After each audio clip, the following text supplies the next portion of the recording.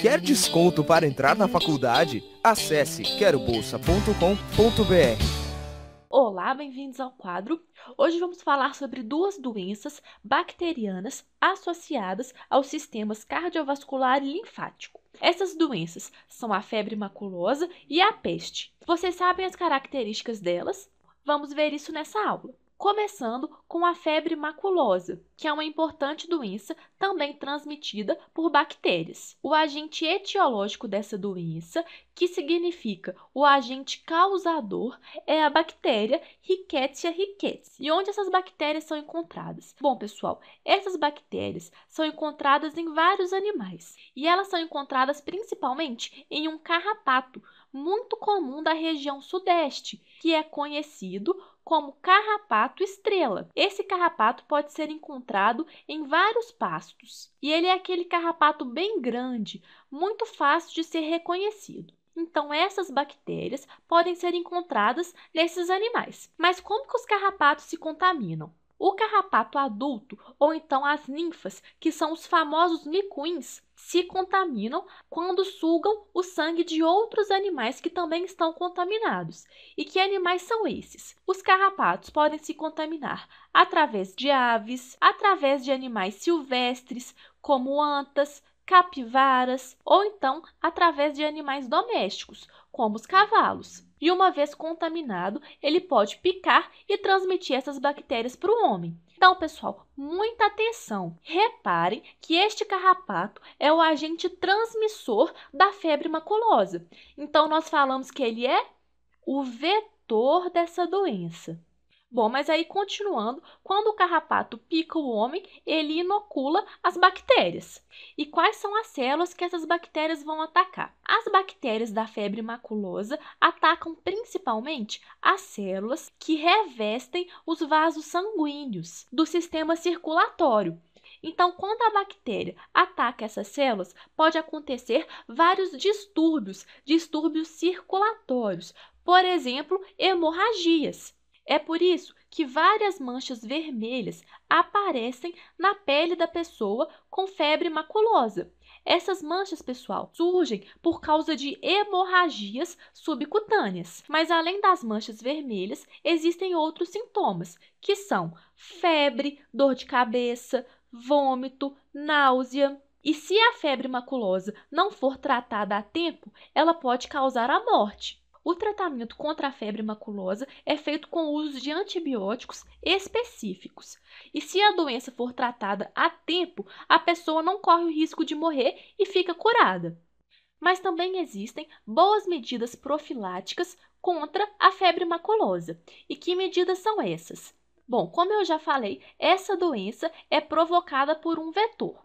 Então, se tem vetor, a primeira medida profilática que nós vamos colocar aqui é combate ao vetor. E como pode ser feito esse combate? O combate ao vetor pode ser feito no próprio pasto com o uso de produtos químicos ou então nos animais infestados. É muito comum, por exemplo, os fazendeiros darem banhos nos cavalos com carrapaticidas, que são substâncias que matam os carrapatos. É muito importante também evitar locais infestados por carrapatos e se proteger contra eles.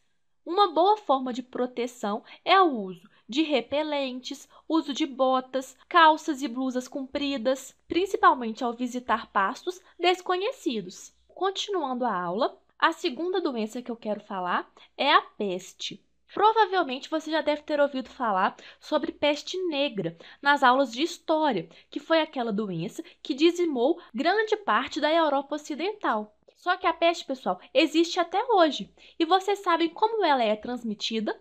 Bom, a peste é também uma doença transmitida por bactérias. E essas bactérias podem ser encontradas nas pulgas de vários animais. E as pulgas são encontradas em animais como, por exemplo, os ratos. Se uma pulga pica um rato que está contaminado, ela também vai ficar contaminada com a bactéria.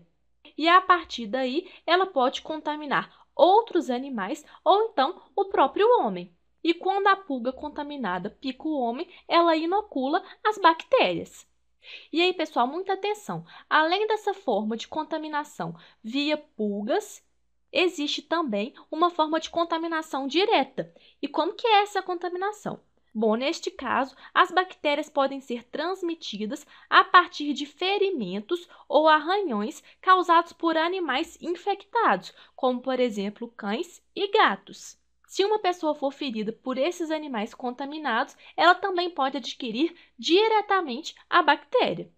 Então, muita atenção, pessoal, que essas duas formas de transmissão são bem diferentes e as duas costumam cair nas provas. Bom, continuando, agora vamos falar sobre os sintomas da peste. Se uma pessoa está contaminada, o que ela pode ter? Essa bactéria pode cair na corrente sanguínea e ser levada para os vasos linfáticos, e aí ela passa a atacar as células dos vasos linfáticos. Essas células, então, que foram atacadas, começam a morrer, e em resposta disso, surge um inchaço muito doloroso.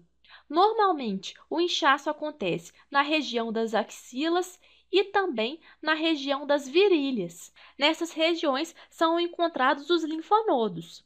E esse inchaço é acompanhado de febre. E se uma pessoa com peste não for tratada, ela pode morrer dentro de poucas semanas.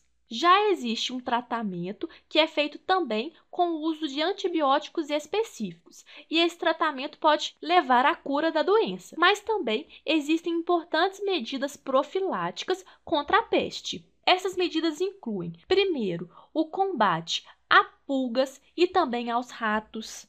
Ao combater os ratos, nós evitamos a contaminação das pulgas. Podemos colocar aqui também combate direto às pulgas com o uso de substâncias químicas e tratamento de animais infectados. Além disso, é muito importante também evitar contato com animais desconhecidos. Bom, pessoal, é isso. Na próxima aula vamos falar sobre o tifo. Te espero lá. Até mais!